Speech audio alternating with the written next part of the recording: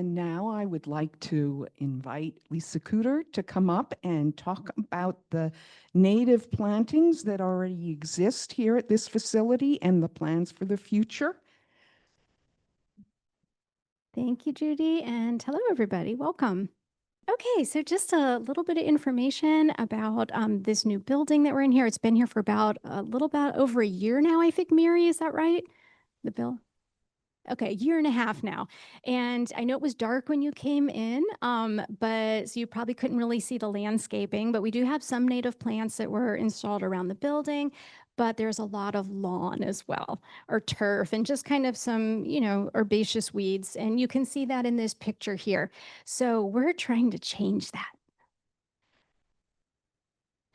Since we're co-sponsoring this talk with Maryland Native Plant Society, and we're at the university's research center, we have a required slide here, and basically it's just to remind folks that all university programs, activities, and facilities are available to all. You're all welcome. We're glad you're here. Okay, so one of the things that we have going on is we've started some seed increase plots, which actually really is a good segue to Ed's talk that's coming up in a few minutes. So this is Francis from Maryland DNR. He came out in April and he brought some brown bags that you see here filled with what they refer to as little whips, little shrubs and trees that are just, they look like nothing really, just like little twigs. And we planted 140. We have serviceberry, we have black chokeberry and red chokeberry. And the idea behind these seed increase plots is it's really kind of an elegant way to increase the amount of seed that you have access to without having to continually go and collect from the wild. And so these are right out that way. And we're super excited about this project because, as you can see here, just a few months later, they're already growing. All 140 survived. We're really thrilled with that. And we even had a couple berry already, which really kind of exceeded expectations for this first year. And these seed increase plots are going to be held. It's a win-win really for the state tree nursery because they have a huge demand for native plantings. And so this way they have somewhere to go to collect seed. They're going to come here, collect some of the seed. And then we can also use it for workshops. So we will invite master gardeners and the general public to come here and to learn about how to collect seed, how to process it, and propagation techniques. And you can see in these pictures, there are these really wide alleyways. This whole summer, we've been kind of trying to deal with the weeds in between before we seed those areas. And that's going to happen the next couple weeks. So there's just a little selection of the seed that we'll be planting between those rows of native shrubs.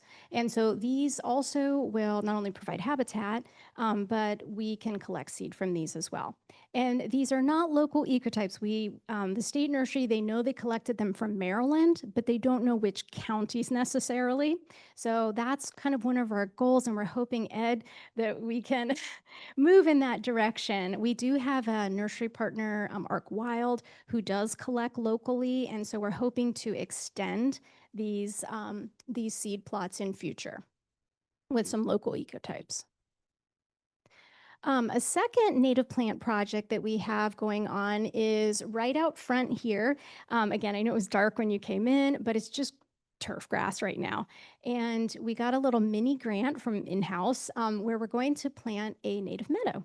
And so that's going to happen later this month. And again, this is just going to provide a lot of wonderful opportunities to educate the public about native meadows, how you get them established. And it can also be a place where people could collect seed. And this is not necessarily for the nursery industry. This is small scale. This is just for people who are interested in propagating on a small scale, like a homeowner or master gardener, for instance. And one of the things that we are doing is, you can see just a selection of, I couldn't fit them all on here, but these are some of the wildflowers that we'll be planting amidst some worm seeds and grasses. And the great thing is these are local ecotype. Pope Farm Nursery does collect seed from Montgomery County and Anne Arundel. And so they grew out some plugs for us, and we'll be planting those this fall.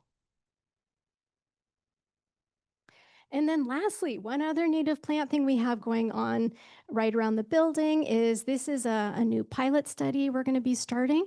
Larry Weiner, he wrote the Garden Revolution book. He's made some really interesting observations over the decades, which is that clonal thicket-forming shrubs tend to have different behavior based on how they were propagated. So when they're propagated via seed, or if they're just grown, in the wild, some of them, they tend to form nice thickets. But when they're propagated via cuttings, he's observed that they don't behave that way. They just stay put.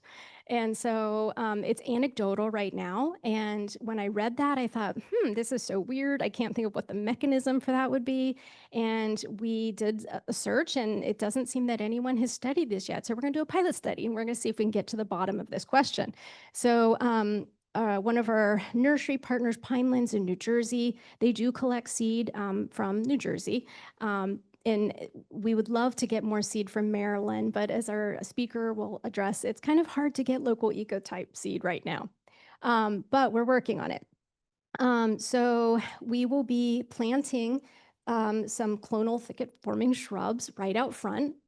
Some of them will be propagated by seed, others by cuttings, and we're going to compare and see how they do. And we're going to be trying to do this in a really beautiful way so that it beautifies the yard too. So we have Steph, who many of you probably know. She's the Master Gardener Coordinator for the state, and she just graduated with her MLA. And so she's going to design the study so that it's beautiful and kind of fits in with the landscaping. And that's just kind of a sampling of what we have going on. We're going to be looking at gray dogwood. That's one of the shrubs that we're interested in. Is we have other things going on too. We have Stacy Small-Lorenz has some cool native plant projects going on the property, and lots of activity. So we're hoping to transform this area into a native plant haven, if you will, that can serve the public and be very educational.